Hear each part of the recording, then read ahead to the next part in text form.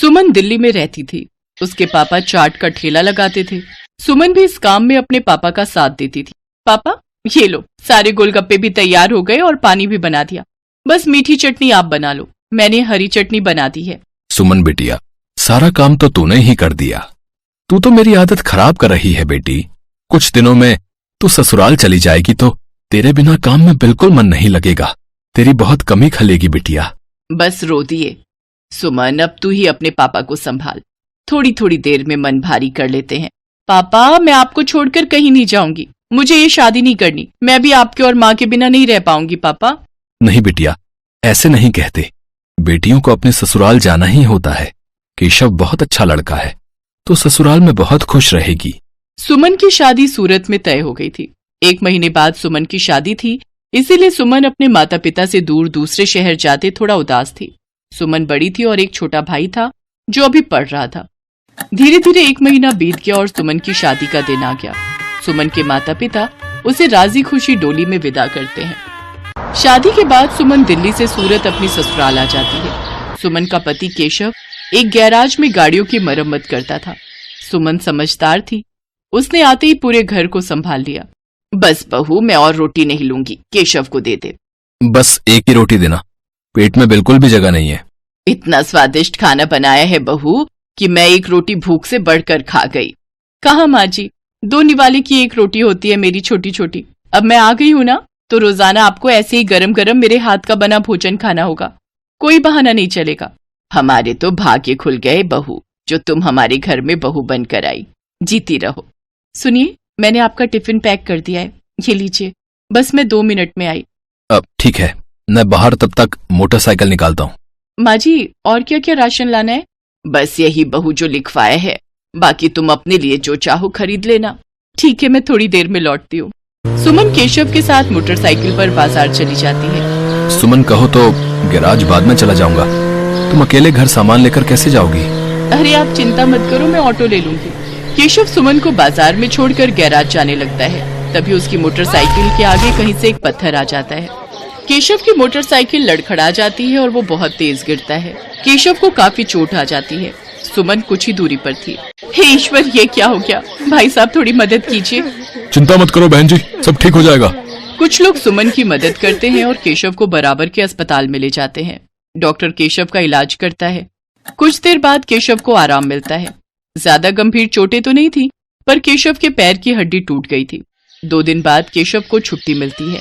माँ, मैं ठीक हूँ, बस पैर की हड्डी में ही तो फ्रैक्चर है। कुछ महीनों में मैं ठीक हो जाऊंगा, चिंता मत करो। अरे माँ हो ना बेटा, तू नहीं जानता, जरा सी खरोच भी बच्चे को आ जाए तो माँ का कलेजा निकल जाता है। और फिर तेरे तो इतनी चोट आ गई है।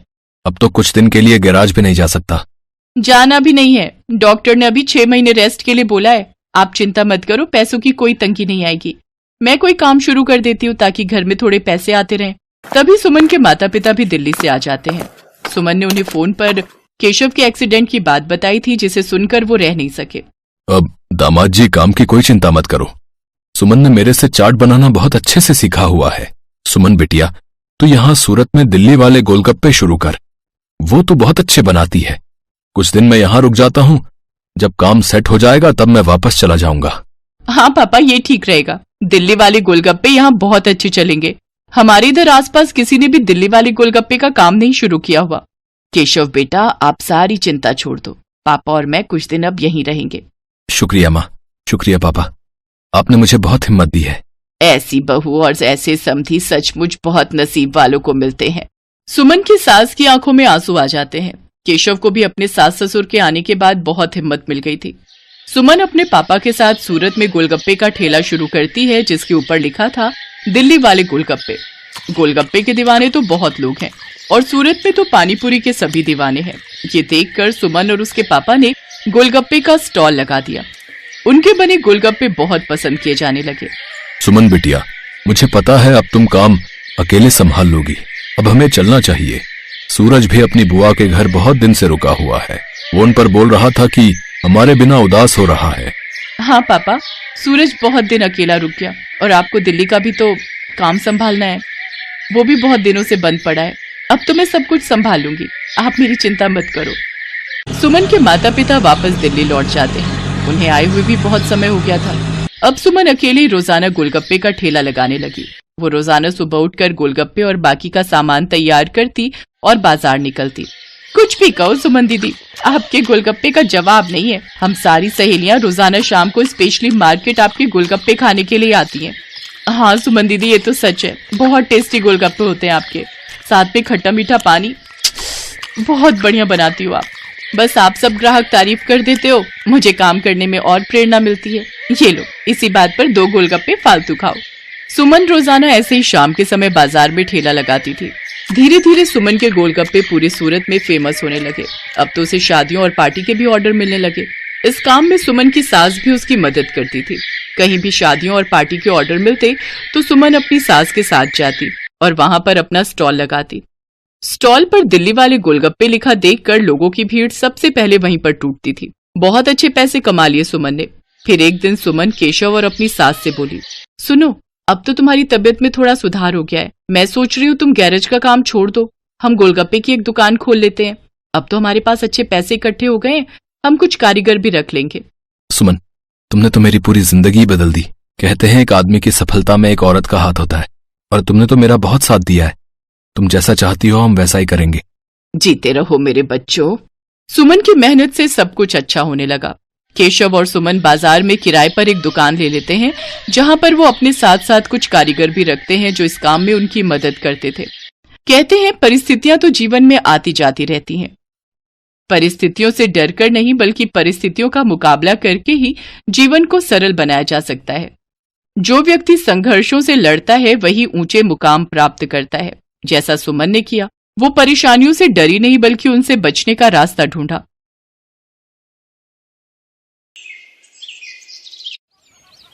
अरे भाई, कैसे दिए गोलगप्पे? 50 रुपए की प्लेट है। और एक प्लेट में कितने गोलगप्पे? 6 गोलगप्पे होंगे। और कितने?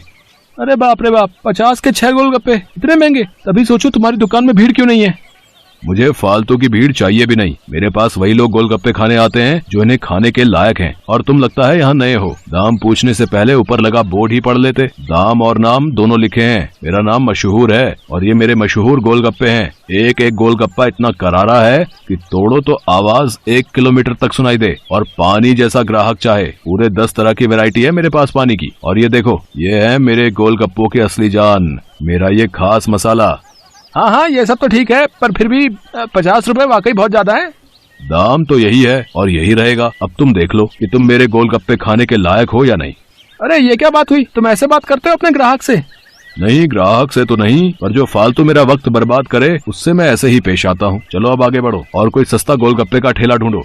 मशहूर ऐसा ही था।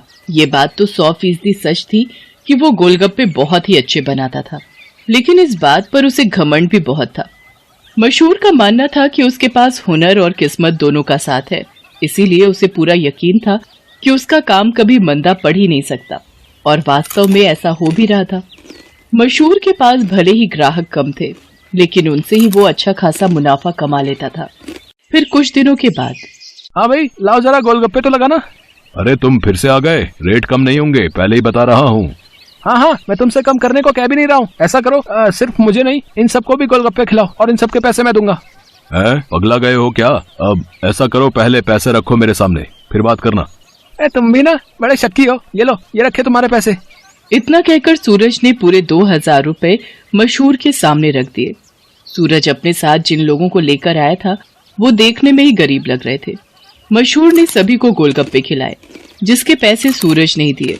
फिर सबके जाने के बाद, क्या बात है भाई, कोई लॉटरी वॉटरी लग गई है क्या? अभी तो नहीं लगी, पर जल्दी लगने वाली है। क्या मतलब? तुम्हें कैसे पता कि लॉटरी लगने वाली है तुम्हारी? क्योंकि निरंजन बाबा ने मुझसे ऐसा कहा है। वो बहुत ही बड़े सिद्ध बाबा है। उन्होंने मुझसे कहा है कि मैं जितने लोगों का पेट भरूंगा, वो भी बिना उनसे कुछ लिए, मेरी लॉटरी लगने के उतने ही चांसेस बढ़ जाएंगे। तुम भी निरे उल्लू हो भाई, हैं? बाबा जी ने तुम्हें गरीबों को खाना खिलाकर कुछ भला काम करने को कहा होगा। जितने पैसे तुमने मेरे गोलगप्पे खिलाने में खर्च किए, उतने में तो तुम पूरा भंडारा कर सकते थे। मैं जानता हूँ, पर मुझे इन लोगों को कुछ ऐसा खिलाना था जो इनके बस के बाहर हो। खाना तो कोई ना कोई इन्हें खिलाई देता होगा, पर तुम्हारे गोलगप्पे वो इनके नसीब में कहाँ से आते? और बाबा जी ने मुझसे यही तो कहा था कि जाकर किसी का नसीब बदलो, तो मैंने बदल दिया। अब देखना, मेरी लॉटरी जरूर लग जाएगी। मशहूर और सूरज बात कर ही रहे थे कि तभी सूरज का फोन बजने लगा। हेलो, हाँ भाई, क्या तू सच बोल रहा है? सच में? ओ वाह वाह वाह भाई, मजा आ गया भाई, मजा आ गया। तू वहीं रुक, मैं बस वहीं आ रहा हूँ मैं। अरे अरे क्या हो गया, कहाँ भागे जा रहे हो? मेरी लॉटरी लग गई भाई, वो भी पूरे 10 लाख की। शुक्रिया भाई, शुक्रिया यार, बहुत शुक्रिया यार। सच में तुम्हारे गोलगप्पों की वजह से ये सब हो पाया। अच्छा अब मैं चलता हूँ, मैं फिर आऊंगा और अगली बार और ज्यादा लोगों को लेकर आऊंगा। तुम तैयार है ना? इतना कहकर सूरज वहां से चला गया, लेकिन मशहूर को सोचने पर मजबूर कर गया। मेरे गोलगप्पे ऐसा भी कर सकते हैं, मुझे तो पता ही नहीं था। अगर मुफ्त में मेरे गोलगप्पे खिलाकर इस लड़के की किस्मत खुल सकती है तो फिर मेरी क्यों नहीं? हाँ, अब से मैं भी लोगों के नसीब बदलूंगा। अब वो नहीं, बल्कि मैं खुद अपने गोलगप्पे लोगों को फ्री में खिलाऊंगा। अगले दिन मशहूर ने सबसे पहले अपने लिए एक लॉटरी का टिकट खरीदा और फिर उसके हाव भाव बिल्कुल ही बदल गए। साथ ही उसकी दुकान का बोर्ड भी अब गोलगप्पों की कीमत की जगह पर लिखा था बिल्कुल फ्री। मतलब वो सच में अब लोगों को मुफ्त में गोलगप्पे खिला रहा था। साहब, कभी सपने में भी नहीं सोचा था कि आपकी दुकान में खड़े होकर गोलगप्पे खा सकूंगा। भगवान आपका भला करे, आपकी खूब तरक्की हो, आप जो चाहो वो सब आपको मिले। मैं भगवान से यही प्रार्थना करूंगा। मशहूर को पहली बार किसी ने ऐसा कुछ कहा था। मशहूर को बहुत अच्छा लगा, लेकिन अब भी मशहूर के दिमाग में उसका खुद का फायदा पहले था। उस दिन अपने बनाए हुए सारे गोलगप्पे मुफ्त में खिलाने के बाद वो फौरन लॉटरी ऑफिस पहुंचा। मशहूर चंद, हाँ मुबारक हो, आपको इनाम मिला है पूरे 10,000 का। क्या सिर्फ 10,000? और पहला इनाम तो 10 लाख का था। हाँ तो वो पहला इनाम भी तो है। आपकी किस्मत इतनी भी अच्छी नहीं है, शुक्र मनाइए कि 10,000 तो मिले। मशहूर इनाम के 10,000 लेकर अपने घर वापस आ गया। वो उदास था और नाराज भी। क्या हुआ जी, लॉटरी लगी क्या? लगी भी और नहीं भी, ये देखो 10,000 मिले हैं। अरे वाह, तो फिर आप उदास क्यों? आपको तो खुश होना चाहिए ना। अरे पर 10,000 से क्या होता है, इतने में तो 4-5 दिनों में अपनी दुकान से ही कमा लेता हूँ। उस लड़के को तो पहला इनाम मिला था, वो भी पूरे 10 लाख का, और उसने तो इतने कम गोलगप्पे खिलाए थे। मैंने तो अपने सारे गोलगप्पे मुफ्त में खिला दिए, फिर भी मुझे क्या मिला और उसे क्या मिला? ओफो, ये सब क्यों सोच रहे हो आप? आपने जितने भी गोलगप्पे मुफ्त में खिलाए उनकी लागत तो निकल गई ना, बोलो। हाँ, उससे तो ज्यादा ही हैं ये पैसे। तो फिर आपको नुकसान थोड़े ही हुआ है जो ऐसे मुंह लटका कर बैठे हो। 4-5 दिनों में जितना कमा पाते वो एक ही दिन में मिल गया, ये कम है क्या? मशहूर को अपनी पत्नी मोहिनी की बात ठीक लगी और उसने अपना इरादा और पक्का कर लिया।